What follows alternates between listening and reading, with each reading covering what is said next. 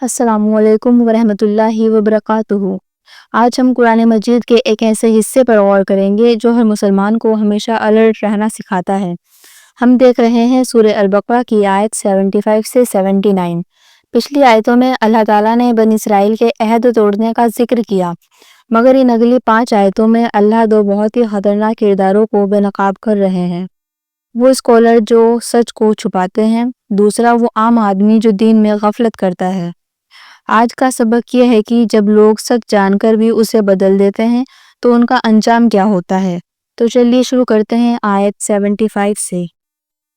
اے مسلمانوں، کیا تم اب بھی یہ امید رکھتے ہو کہ وہ یہودی تم پر ایمان لائیں گے، جبکہ ان میں سے ایک جماعت ایسی تھی جو اللہ کا کلام سنتی تھی، پھر اس کو سمجھنے کے بعد جان بوجھ کر اسے بدل دیتی تھی، جبکہ وہ سب کچھ جانتے تھے۔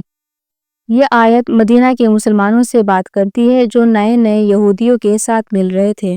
اللہ تعالیٰ مسلمانوں کو وارننگ دے رہے ہیں۔ مسلمان یہ سوچتے ہیں کہ جب یہودی لوگ پروفٹ محمد صلی اللہ علیہ وسلم کی سچائی اور قرآن کو دیکھیں گے تو وہ ضرور ایمان لے آئیں گے، لیکن اللہ فرما رہے ہیں کہ ان سے ایمان کی امید مت رکھو، کیونکہ ان کا تاریخی رویہ ہی دھوکہ اور بدنیتی کا رہا ہے۔ ان میں سے ایک جماعت ایسی تھی جو اللہ کے کلام یعنی تورات کو سنتی تھی، پھر اس کو سمجھنے کے بعد جان بوجھ کر اسے بدل دیتی تھی۔ یہاں یہودی علماء کی بات ہو رہی ہے جن کو اللہ کا کلام سکھایا گیا تھا۔ انہوں نے اللہ کے کلام کو سنا، پھر اسے سمجھا، لیکن پھر بھی اسے اپنے فائدے اور دنیاوی مقصد کے لیے بدل دیا۔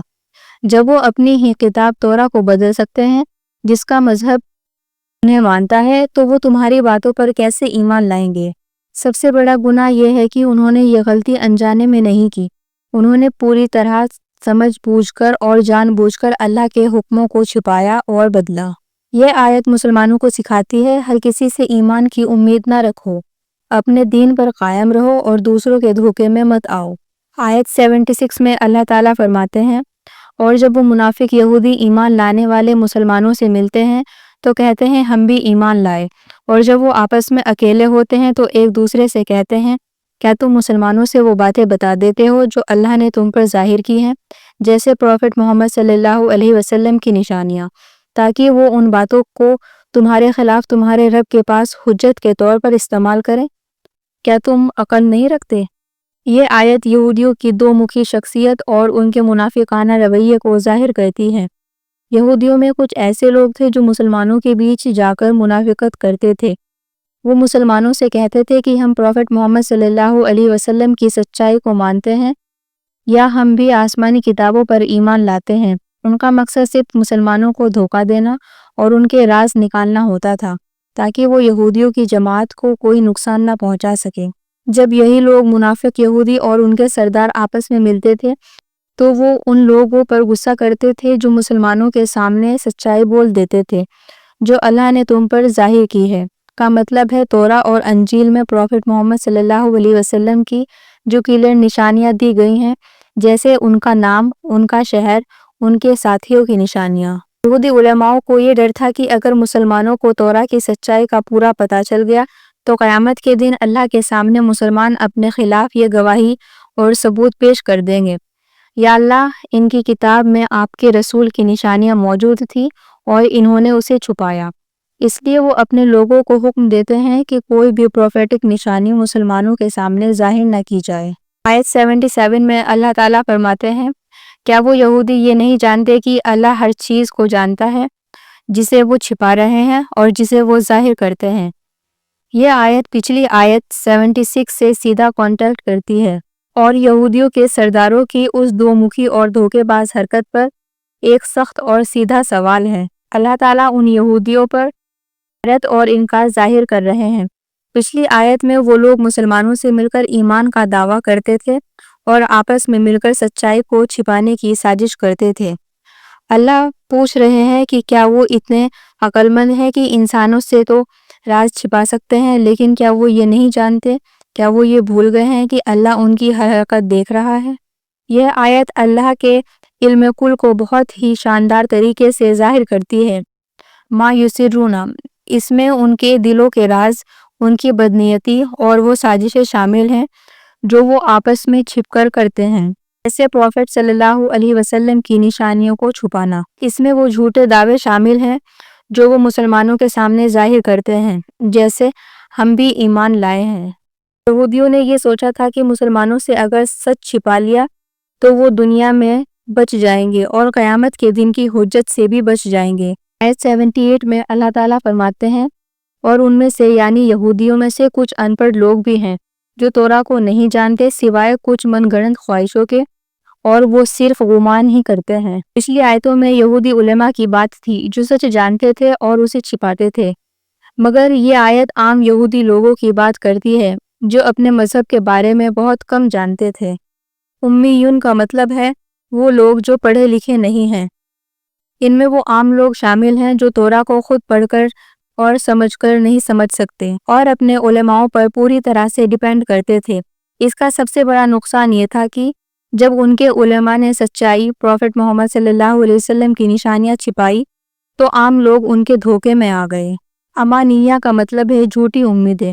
چونکہ یہ لوگ اصلی تورا کو نہیں پڑھ سکتے تھے تو ان کے علماء نے انہیں صرف وہی باتیں سکھائی جو سننے میں اچھی لگتی تھی، جیسے ہم اللہ کے پسندیدہ لوگ ہیں، ہم پر آگ صرف گن چنے دن ہی لگے گی۔ یہ لوگ حقیقت کے بجائے صرف ان جھوٹی خواہشوں پر ہی اپنا دین قائم کیے ہوئے تھے۔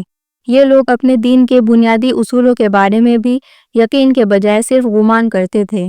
یہ آیت ہمیں سکھاتی ہے کہ ہر مسلمان کو قرآن اور سنت کا علم خود حاصل کرنا ضروری ہے۔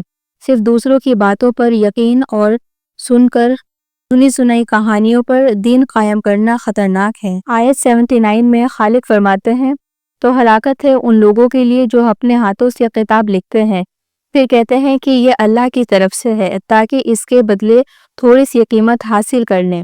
تو ہلاکت ہے ان کے لیے اس چیز کی وجہ سے جو ان کے ہاتھوں نے لکھا، اور ہلاکت ہے ان کے لیے اس کمائی کی وجہ سے جو حاصل کرتے ہیں۔ یہ آیت پچھلی آیتوں 75 اور 78 کا نتیجہ اور سخت ترین چیتاونی ہے۔ یہ ان یہودی علماؤں کو سیدھا مخاطب کرتی ہے جنہوں نے دین کو دنیاوی مقصد کے لیے بیچا۔ ہلاکت ایک بہت ہی شدید لفظ ہے جو اکثر جہنم کی ایک وادی کے نام سے تعبیر کیا جاتا ہے۔ یہاں ان لوگوں کی بات ہو رہی ہے جنہوں نے اللہ کے نام پر جھوٹ بولا۔ انہوں نے اپنی خود کی لکھی ہوئی باتوں کو جیسے پروفٹ محمد صلی اللہ علیہ وسلم کی نشانیوں کو چھپایا یا بدلا اللہ کا حکم کہہ کر عام لوگوں میں پھیلا دیا۔ ان کا یہ سب کچھ کرنے کا مقصد دنیاوی فائدہ تھا، مثلاً سرداری، عزت یا لوگوں سے نذرانہ لینا۔ قرآن ایسے دنیاوی فائدے کو تھوڑی سی قیمت کہتا ہے۔ جب انسان دین جیسی انمول چیز کو چند دنیاوی فائدوں کے لیے بیچ دیتا ہے تو وہ فائدہ بہت کم اور بیکار ہو جاتا ہے۔ دین کو دنیا پر قربان نہ کریں۔ یہ آیت ہر اس شخص کے لیے ایک سیدھی چیتاونی ہے جو علم دین رکھتا ہے، چاہے وہ استاد ہو یا مفتی۔ اسے کبھی بھی اللہ کے حکم کو اپنے دنیاوی مقصد یا لوگوں کو خوش کرنے کے لیے بدلنا، چھپانا یا غلط بیان نہیں کرنا چاہیے۔ سبحان اللہ۔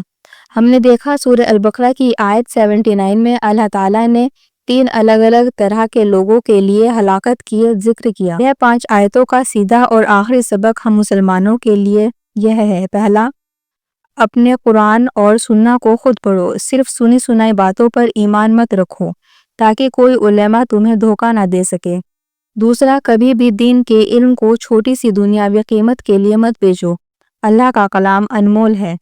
تیسرا، ہمیشہ یاد رکھو جیسا کہ آیت 77 میں اللہ نے فرمایا، اللہ ہر اس چیز کو جانتا ہے جسے تم چھپاتے ہو اور جسے تم ظاہر کرتے ہو۔